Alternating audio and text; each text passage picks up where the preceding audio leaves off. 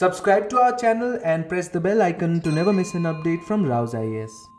Hello and welcome to Daily News Simplified, an answer to what, why and how of newspaper analysis from the perspective of UPSC Civil Services Examination. Today we have taken up Delhi edition of The Hindu newspaper dated 5th of March 2021. The articles which we are going to cover today are displayed on the screen. Let us now begin the discussion. So the first article which we have taken for today's discussion appears on page number 7. Will West Bengal tilt towards the right this election? Now, of course, this is quite a political discussion, and there is nothing much from this particular article which can be helpful for civil services examination. But in this particular article, authors have mentioned land reforms quite a few times because, of course, this is West Bengal and this was one of the places where it was most successful. Land reforms in India is a part of syllabus under GS paper 3. And it becomes very important topic for mains examination. And this being a part of static topic rarely appears in newspaper. So why not utilize this opportunity to cover the land reform in a very comprehensive manner? So what we are going to do is that first we'll understand what was the land revenue settlement system which gave rise to a lot of problems. And so in the post-independence time, Government of India came up with Kumarappa committee which suggested a land reforms which were carried out with varying degree of success. And then finally, what is the current steps which the Government of India is taking to reform the land system in our country? So let us now begin the discussion. By first understanding the context of the land reforms. Under what context these reforms were brought about? And for that, you have to go back in history. You have to go back in history when the rulers used to collect land revenue from the peasants or the farmers, which is a tax or revenue levied on agricultural production on land. So if this is your field and you have a production, some percentage of the overall production from this particular field will go to the ruler or the collector on behalf of the ruler. And we know that Britishers arrived in India. Before that, this was being done by Indian rulers as well. And as soon as they started to control land in country, they had to run their administration, they had to build their armies, as well as they had to do business. And for that, they needed revenue. Now, the problem was that Britishers did not belong to India. But still they wanted to collect revenues. And so we know that they adopted 3 different systems in our country: Zamindari, Rayatwari and Mahalwari system, through which they used to collect revenues throughout the country. In Zamindari system, there was a landlord that was entrusted with the responsibility of collecting rent from the cultivators.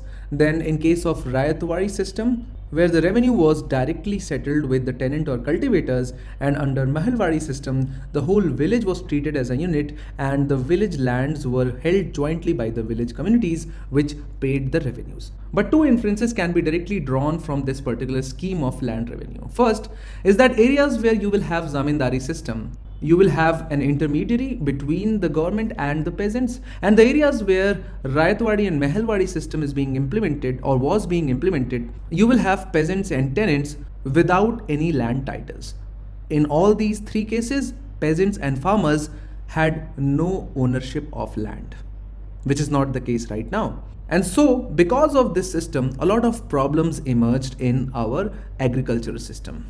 Of course, farmers did not have ownership on the land on which they were doing the cultivation. And in the areas where Zamindari system was prevalent, you had a concentration of land in very few hands. And majority of farmers were kind of tenants, just like you pay rent and stay in a flat.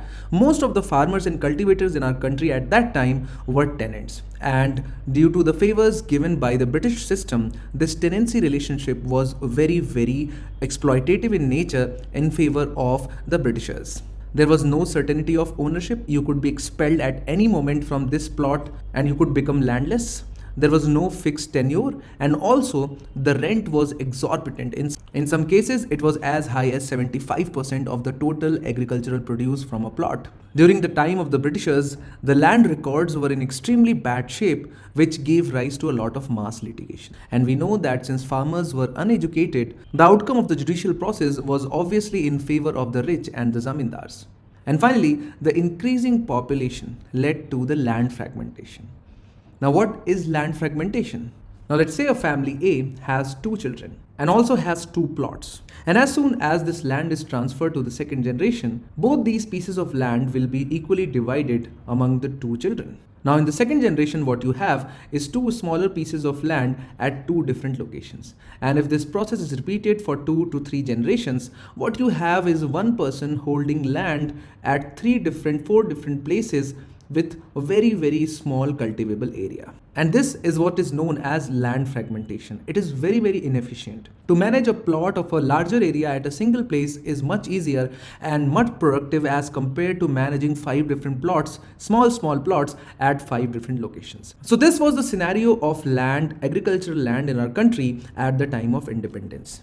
There was gross inequality in our land ownership, and that is why at the time of independence in 1947, a Kumarappa committee was constituted to develop national policies for agricultural and rural development. Because it was very important to reform the land structure in our country. And Kumarappan committee came out with 4 very important reforms. It recommended abolition of zamindari system. It recommended reforms in tenancy system. It recommended ceilings on land holdings and consolidation of land holdings. And let us now discuss these 4 reforms, which were carried out by almost all the states but with varying degree of implementation. Starting with the abolition of zamindari system. Now, abolition of zamindari system was the first step and also the easiest step to conduct. Almost all the states passed the law to invalidate the intermediary system or the zamindari system. Now, the single set of legislations across the country of course removed the intermediaries who stood between the cultivators and the state. And in all those areas where zamindari system existed, one single zamindar possessed all the land as big as some of the districts currently. This single zamindar used to collect land revenues from all the cultivators. But as soon as you remove this red dot, what you basically have that people who are cultivators, who are tenants of zamindar, actually become the owner of the land. And so this particular reform was relatively the most effective than the other ones. For in most areas, it succeeded in taking away the superior rights of the zamindars over the land and weakening their economic and political power. And so, in a nutshell, it ended the parasite class. We have used the word parasite because this zamindar in most cases was not adding any value to the agriculture. That person was only interested in the amount of revenue which was being collected in area under his jurisdiction. And with the demise of zamindars, cultivators came directly in contact with the government because the intermediary no more existed. Also, these zamindars had a lot of forested area under their jurisdiction. They had a lot of private lands. As soon as the zamindari system was ended, all these forests came under the state government's purview. And so through these legislations, government got a lot of state land. But again, just like all the reforms, there were some issues as well. Because of the complicated structure which the Britishers followed, zamindar was just one of the layers. And abolishing zamindar did not mean an end to landlordism. Because a lot of people were, although not zamindars, but still they had a lot of lands. But since their title was not of zamindari system, they were saved from these particular laws. And so these particular set of reforms were able to remove only the top layer in the land revenue hierarchy. For example, in areas where Mahalwadi and Rayatwadi system was prevalent, you had money lenders who controlled a lot of lands. Apart from this, some of the states also allowed the zamindars to retain possession of lands if they are personally cultivating it. So in those states, although the title of zamindar was removed, his or her rights were removed, but still they could manage to keep a lot of land under their personal cultivation, which eventually they rented out to tenants, which was more or less the scenario as in pre-independence era. So apart from abolition of zamindari system, the next set of important reforms were tenancy reforms. So tenancy means that a person who is an owner of a land, that is, let's say A, gives or leases out land to a person B who actually cultivates the land. And then the agricultural produce is shared between B and A on a pre-existing formula. Now the problem was that regulation of tenancy was not uniform across the country. For example, West Bengal and Kerala totally outlawed the tenancy. So, which means that you could not rent out a person's land to someone else. Whereas most of the states decided for regulation of tenancy. They realized that tenancy is very, very important because not all those people who possess land would want to actually cultivate the land. And so it is important for them to be able to give out their land on rent. And so most of the states went out for the regulation of the tenancy. Now these states which adopted for regulating the tenancy aimed at regulation of rent, put a ceiling on the rent payable, provide security of tenure, and confer ownership to the tenants. So for example, just to give you an idea, some states said that let's say if a person is cultivating an area for 7 straight years, then that person will become owner of the land irrespective of the fact that who was owning that particular land earlier. Now, regulation of tenure means that minimum number of years before which the person cannot be evicted from a land. Now, this obviously created a problem. It was very, very difficult to implement because the tenants earlier did not have any papers.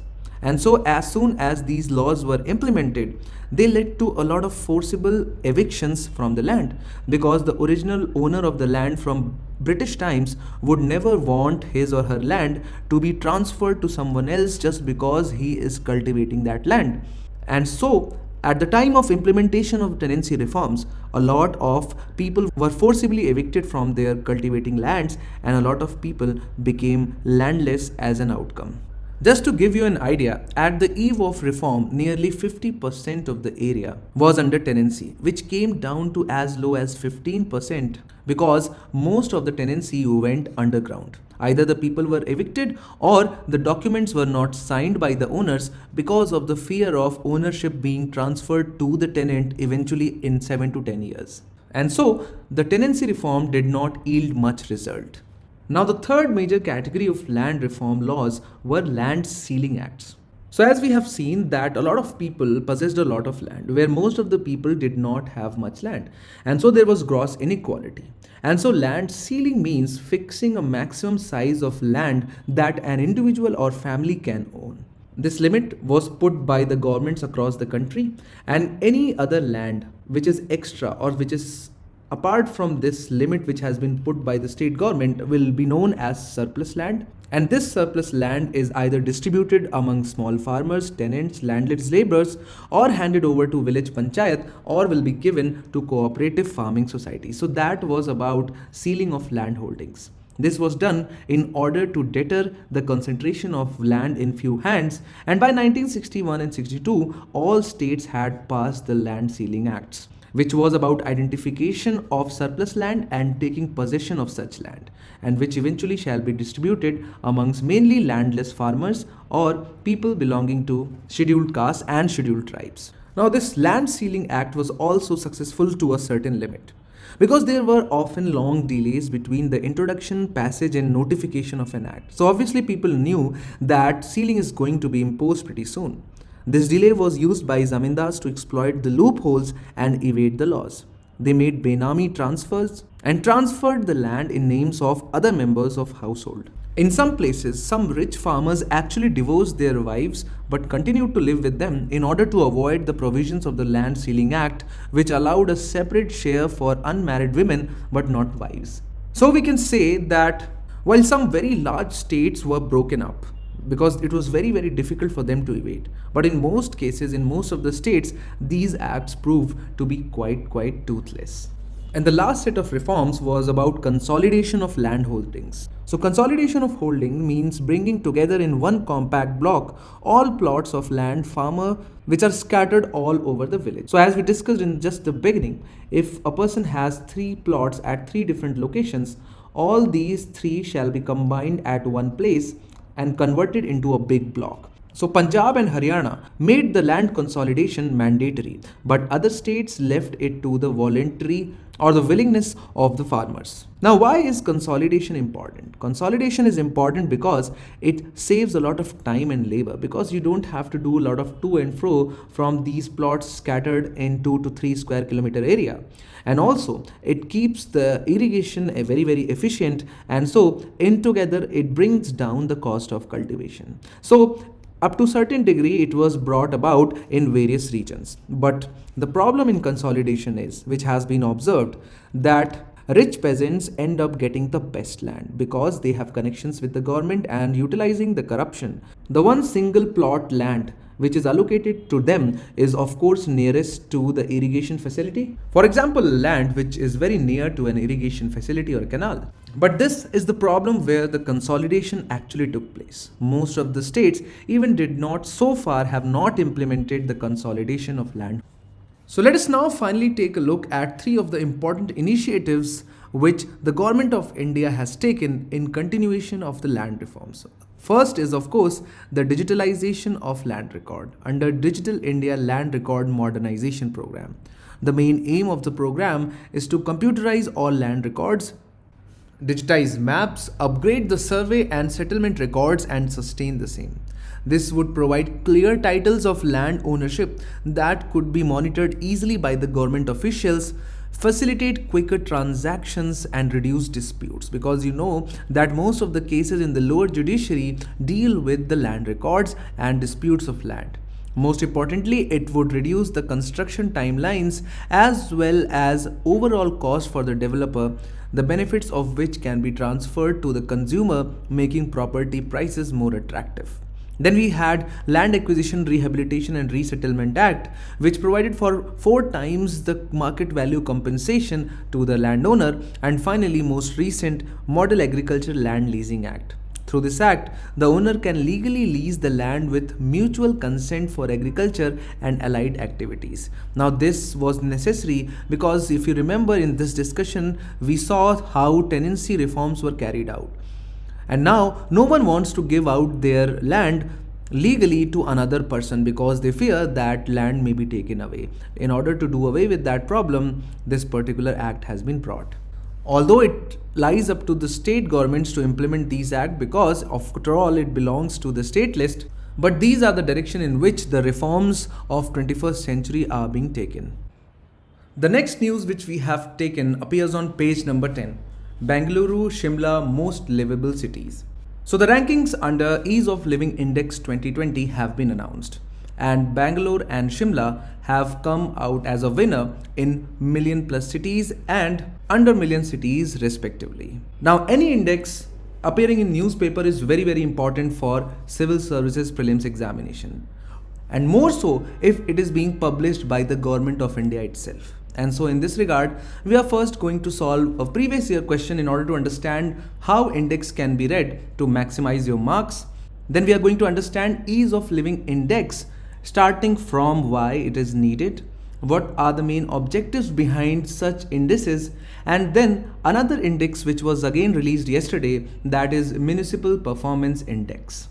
So in 2016, UPSC had asked which of the following are the indicator or indicators used by IFRI to compute the Global Hunger Index report. 1. Undernourishment, 2. Child stunting, 3. Child mortality. Select the correct answer using the code given below. Now Global Hunger Index of course is not released by Government of India. But if you analyze past year question papers, every year there is a question on index or reports. And what this question shows is that it is important to understand how that index was calculated or what were the components utilized to compute that index. Of course, in this particular case, the right answer was C. All these 3 parameters are utilized to compute Global Hunger Index. And so now when we are going to understand Ease of Living Index, we are going to focus on its component as well. Now before anything, there is a need for us to understand why there is such kind of exercise on behalf of Government of India. Now first we need to understand the current situation of urbanization in our country. India has one of the highest urbanization rates across the world. Now focus here that India does not have highest urbanization, but the rate at which the urbanization is increasing year on year is highest in our country. At 37.7 crore, India's urban residents accounted for 31% of the population as per 2011 census. So every 1 out of 3 individual in our country approximately is living in cities or in urban areas. And if we believe the estimates and the projections, this population share is about to increase to about 60 crores. And in 2030, it will amount to 40% of the overall population, and by 2050, which is just in 3 decades, In just 30 years, 50% of the population, half of the India's population will be living in urban areas. So of course, keeping these things in mind, Government of India, as you can see on the screen, has taken a lot of steps, a lot of schemes have been launched focusing on urban areas. To name few of them, Smart City Mission, Pradhan Mantri Awas Yojana Urban, Swachh Bharat Mission also has an urban component, National Urban Livelihood Mission, Atal Mission for Rejuvenation and Urban Transformation or AMRUT. So these are some of the major and important development schemes that we have in India focusing on urban areas. So the government has launched the schemes, a lot of them covering a lot of areas. But the problem is that who will tell us, who will tell the government whether these schemes are bearing fruit on the ground or not? And for that, you need surveys to check the effectivity of these schemes in all these areas. And so there are four problems when it comes to the measurement or quantification of benefits which the citizens are deriving out of these schemes. First and foremost, we need to understand what the citizens of urban areas or the residents of urban areas need so that you can catalyze the action in the right direction. Once you have initiated a scheme, you need evidence-based policy making. Schemes are usually designed at the top level and it might not be suited when it comes to actual implementation. And if you are not measuring the outcomes, if you are not looking for evidences, then the loopholes in the schemes might never be addressed. Then we know that most of these schemes are centrally sponsored schemes. And so ultimately they are funded by the government, but they are implemented by the state governments. And so there is a scope to create competition because the way it is being implemented in various areas in our country will ultimately determine the outcomes. And so these surveys or these indices and reports are needed to assess and compare the outcomes achieved from various urban policies and schemes. And finally, social audit is must. Now, social audit not in the sense we understand it, but there is a need to take an input from the residents or from the beneficiaries directly.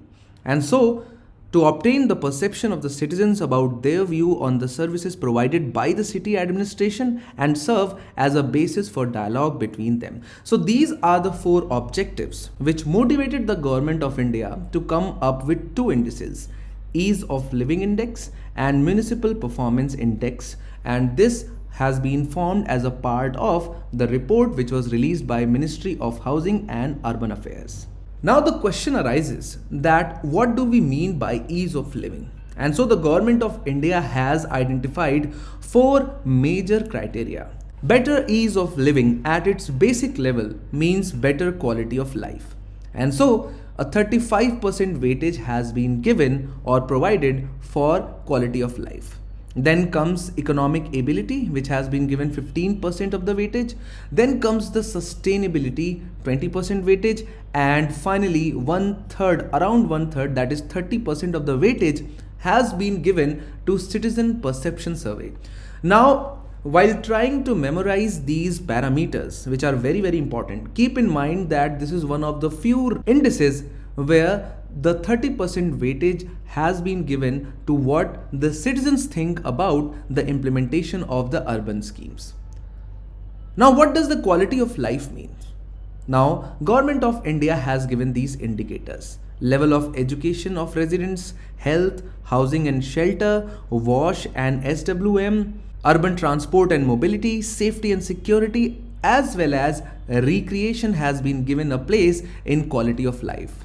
Whereas if you look at the second parameter, which is economic ability, it has been bifurcated into two parts: level of economic development of a city and the kind of economic opportunities which the city offers. As far as sustainability is concerned, there are four criteria: overall environment, the amount of green space and buildings it has, the kind of energy consumption that it does, and finally the resilience of the city to come out of disasters. And finally, under the citizen perception survey, that is the only criteria how well the citizens rate on a scale of 0 to 10 a particular city.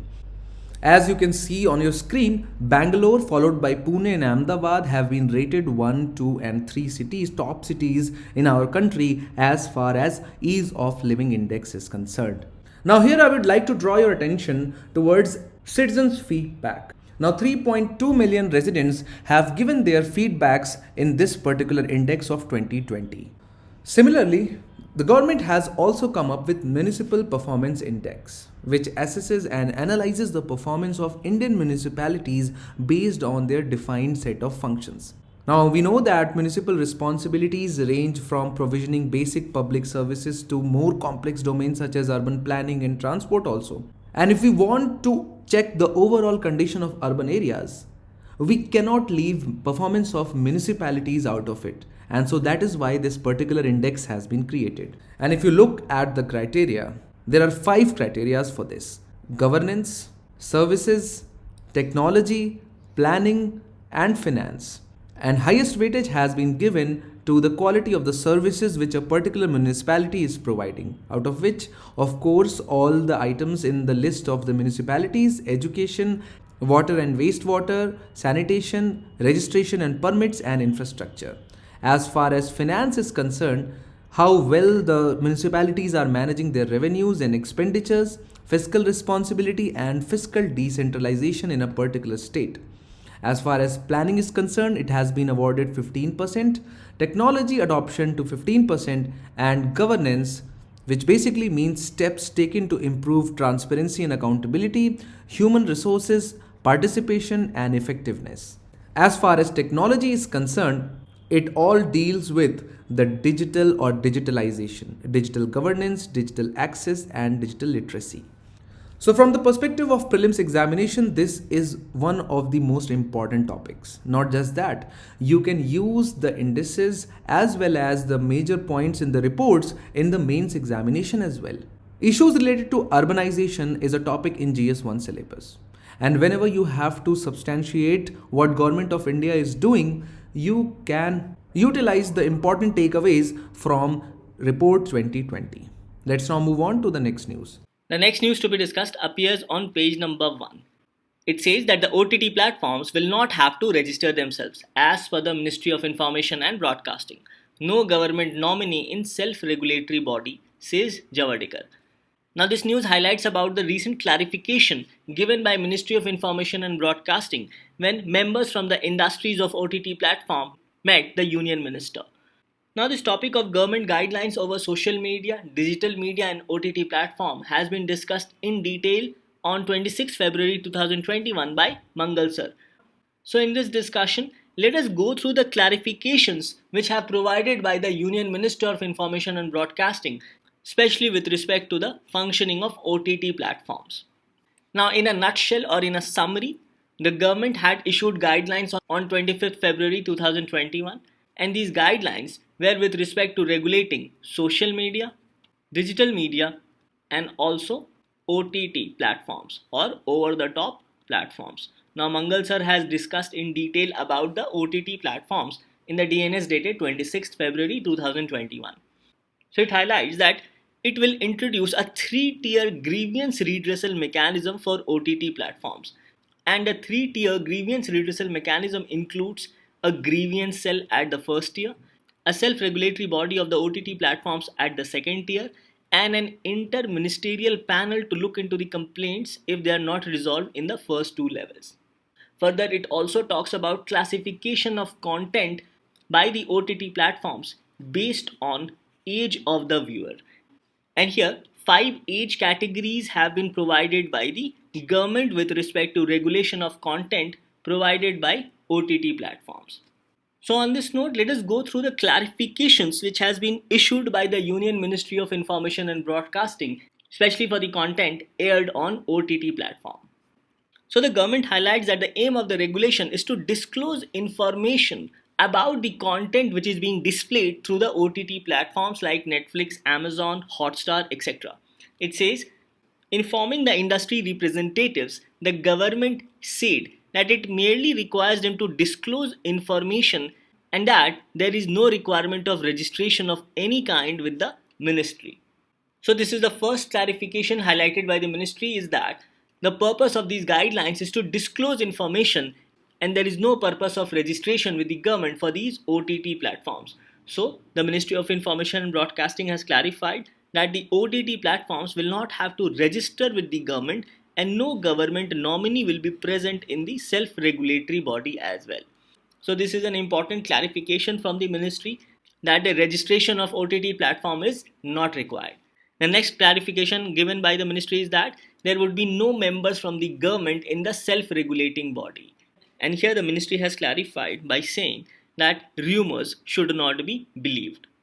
Now, the purpose of these guidelines, according to the ministry, is to ensure progressive institutional mechanism and also to provide a level playing field. So it says that it was decided that the government would come out with progressive institutional mechanism for OTT players and develop a level playing field with the idea of self-regulation. So the whole idea here, as per the clarification of the ministry, is self-regulation. Now, next important clarification given by the ministry is that the ministry does not aim to censor any content provided through these OTT platforms, but rather provide for rule-based self-classification of content based on viewership of age instead of any form of censorship. Now, this is also to inform the viewer about the content which is being displayed and also about viewer discretion, especially with respect to the 5 criteria of age provided by the social media guidelines.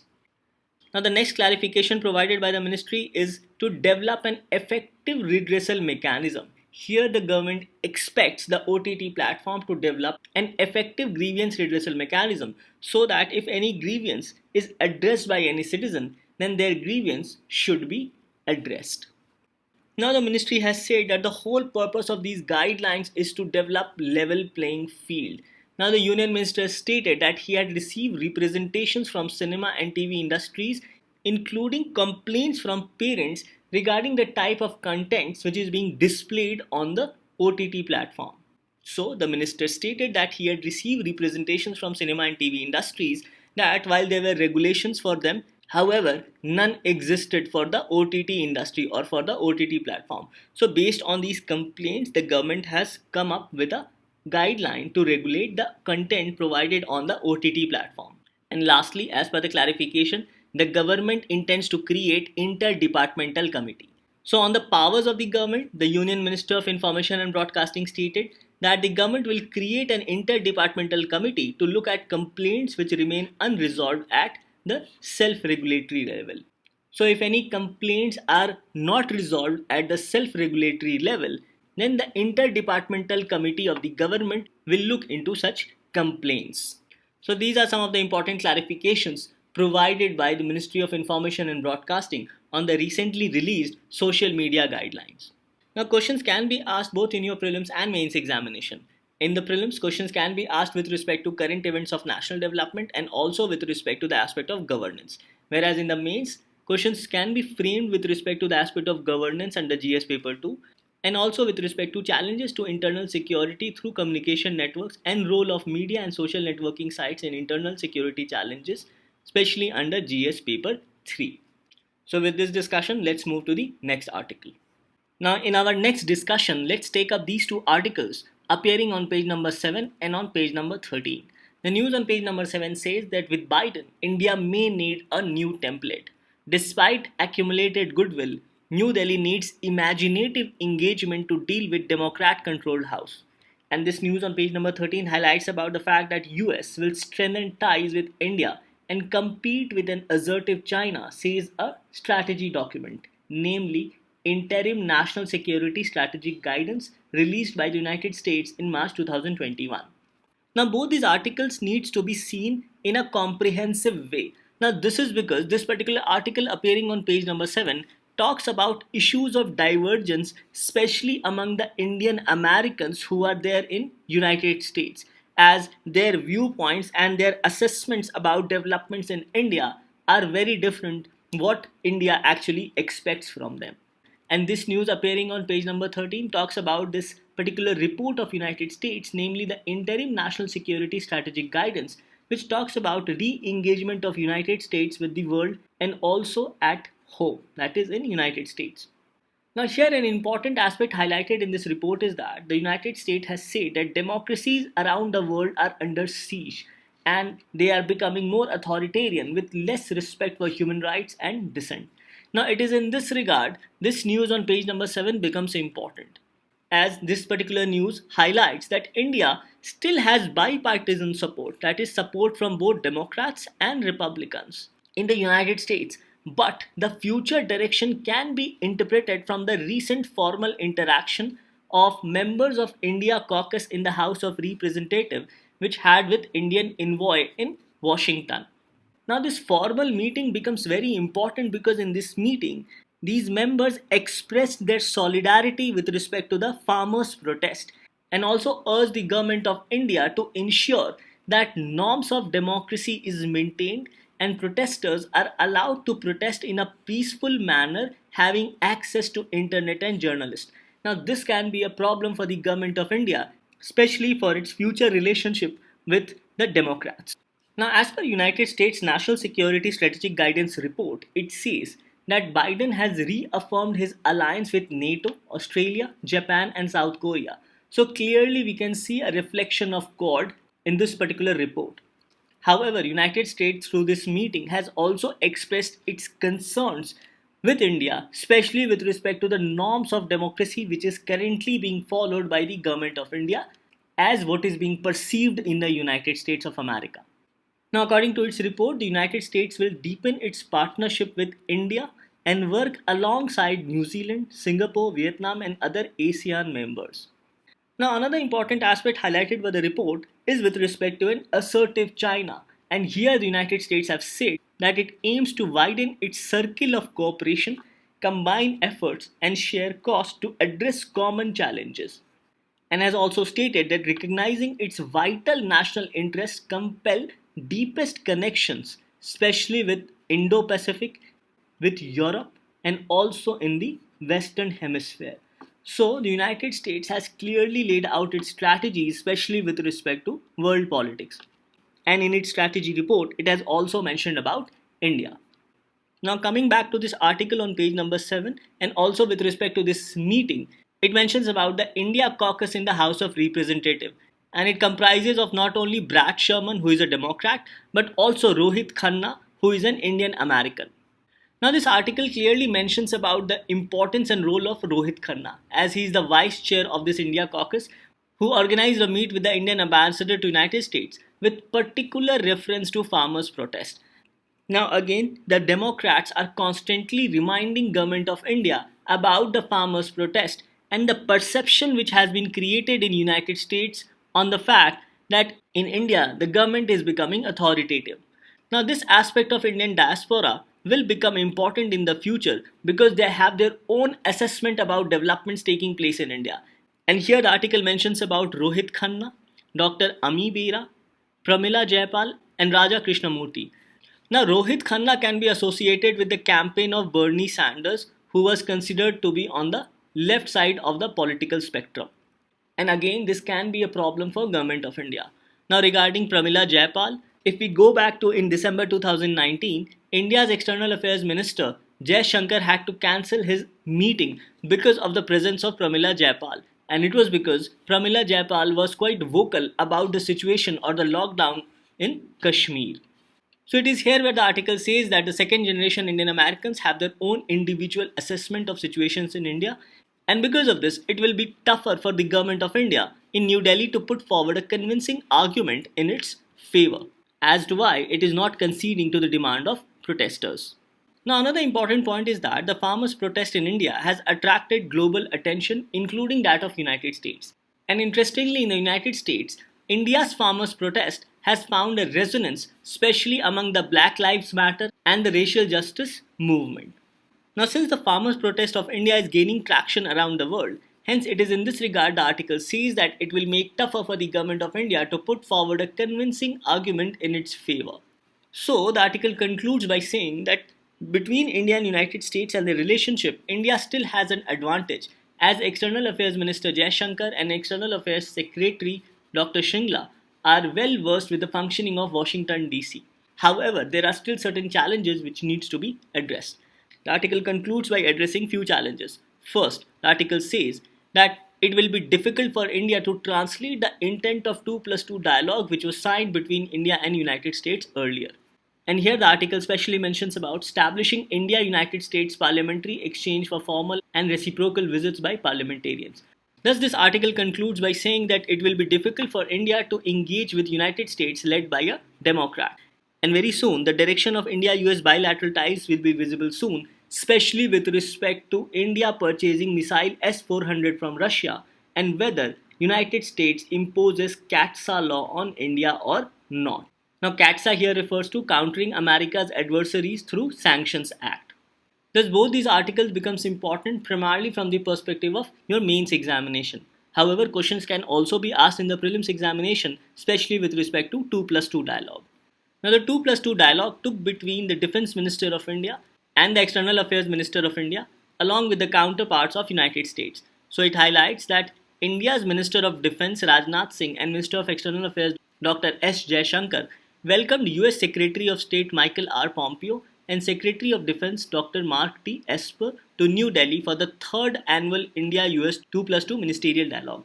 So, the third ministerial dialogue took place in New Delhi in October 2020 when Donald Trump was the President of United States. It says that the ministers welcomed the elevation of the India-US relationship to a comprehensive global strategic partnership during the visit of President Donald Trump to India in February 2020. Further, it says that they reiterated their commitment to further strengthen India-US partnership anchored in mutual trust and friendship, shared commitment to democracy, converging strategic interest, and robust engagement of their citizens. It further says that while celebrating 2 plus 2 dialogue, ministers intend to expand cooperation under the 2 plus 2 framework to realize the full potential of the India US Comprehensive Global Strategic Partnership. So, with respect to this article, it says that let's see how the 2 plus 2 dialogue actually translates into action. Thus, both these news appearing on page number 7 and page number 13 becomes important from your prelims and mains point of view. In the prelims, it gets covered under current events of international importance, especially with respect to bilateral relation and effects of policies and politics of developed and developing countries on India's interest and impact of Indian diaspora. So, with this discussion, let's move to the next article. The next news to be discussed appears on page number 1. It says IISc in top 100 list in natural sciences category. JNU's anthropology and OP Jindal Global University's law programs are two new entrants in the list. Now this article highlights about the QS World University Rankings by Subject 2021, and this ranking covers a total of 51 disciplines grouped into 5 broad subject areas. Now the QS World University Rankings by Subject are compiled annually to help prospective students to identify the leading universities in a particular subject. Now, there are 4 components which are used to rank universities. These 4 components are academic reputation, employer reputation, research citations per paper of the university, and H index of the university. Now, here the term H index represents a way of measuring both productivity and impact of the published work of a scientist or a scholar. So, the H index measures both productivity and impact of the published work.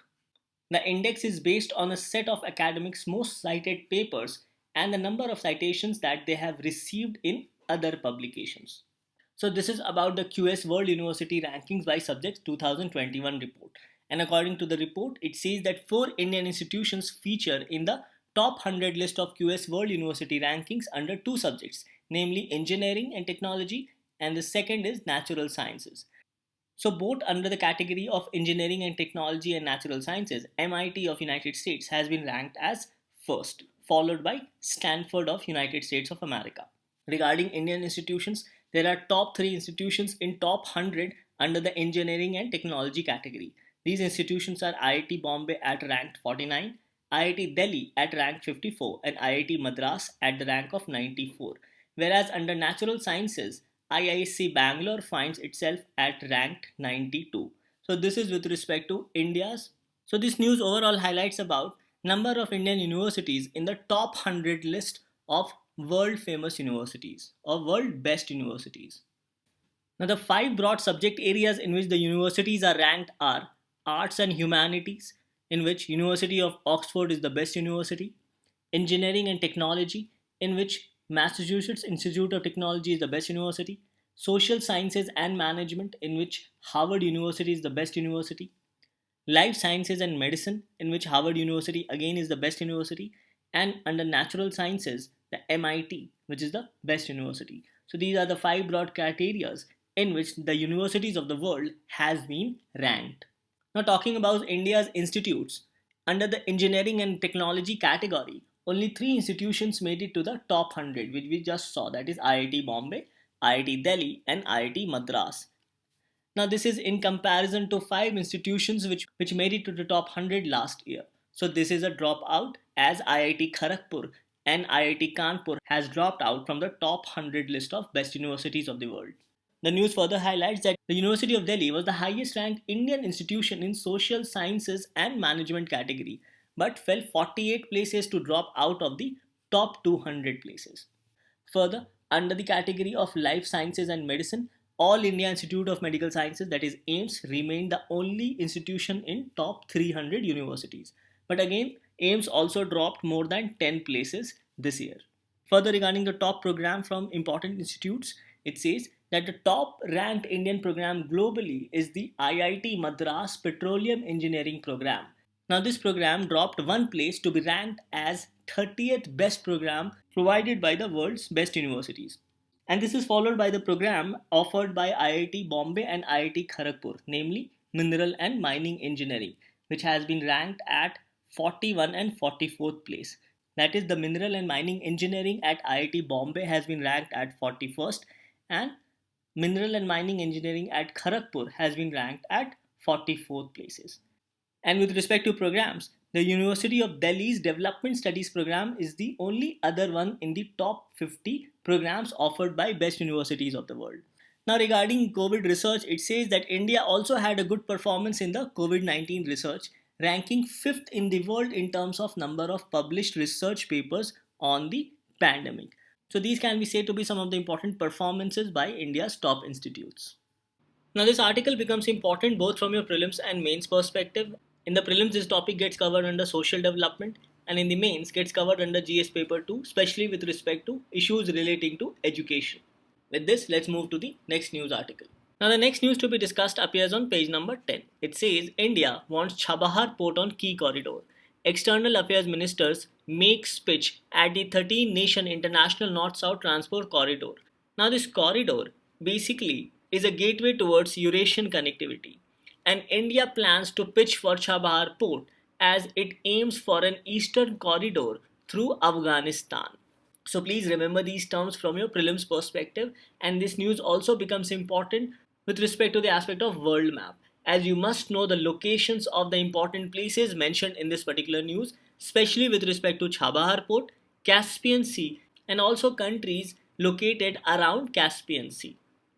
Now, regarding the International North-South Transport Corridor, which is a gateway towards Eurasian connectivity, it basically aims to provide or enhance economic cooperation between India, Russia, Iran, and other Central Asian countries. Now, this connectivity will provide access to sea to most of the landlocked Central Asian countries. Now, this connectivity is a 7,200 kilometer multimodal transportation network which will link Indian Ocean to the Caspian Sea via Persian Gulf onwards into Russia and Northern Europe, which you can see in this particular map of North-South Transport Corridor. Now, this initiative was launched as a joint initiative by India, Iran, and Russia in the year 2000 and was ratified thereafter in 2002. Now, the corridor has now expanded to include 11 more members, namely Azerbaijan, Armenia, Kazakhstan, Kyrgyzstan, Tajikistan, Turkey, Ukraine, Syria, Belarus, Oman, and Bulgaria having observer status. Now, regarding world map, you must know the location of Chabahar Port, as questions have been asked by UPSC with respect to Chabahar Port and also with respect to Gwadar Port, which is in Pakistan. Next, about countries located near Caspian Sea such as Kazakhstan, Russia, Turkmenistan, Iran, Azerbaijan. So very clearly, this map also highlights countries surrounding Caspian Sea, which are Russia, Kazakhstan, Turkmenistan, Iran, and Azerbaijan. So these are the five countries which surrounds the Caspian Sea. Thus, this news becomes important from our prelims perspective, especially with respect to economy, international relations, and also world geography. Now, based on our discussion, this becomes your practice question for the day. The question is 2 plus 2 ministerial dialogue took place between. Options are A. India Japan, B. India USA, C. India Sri Lanka, and D. India Germany. Now, coming to the answer of yesterday, the question was which of the following biosphere reserve has been named after Semul, that is, red silk cotton tree? Options were Simlipal, Sundarbans, Nilgiris, and Shechalam. The correct answer is Simlipal. With this, we come to an end to today's discussion. Thank you.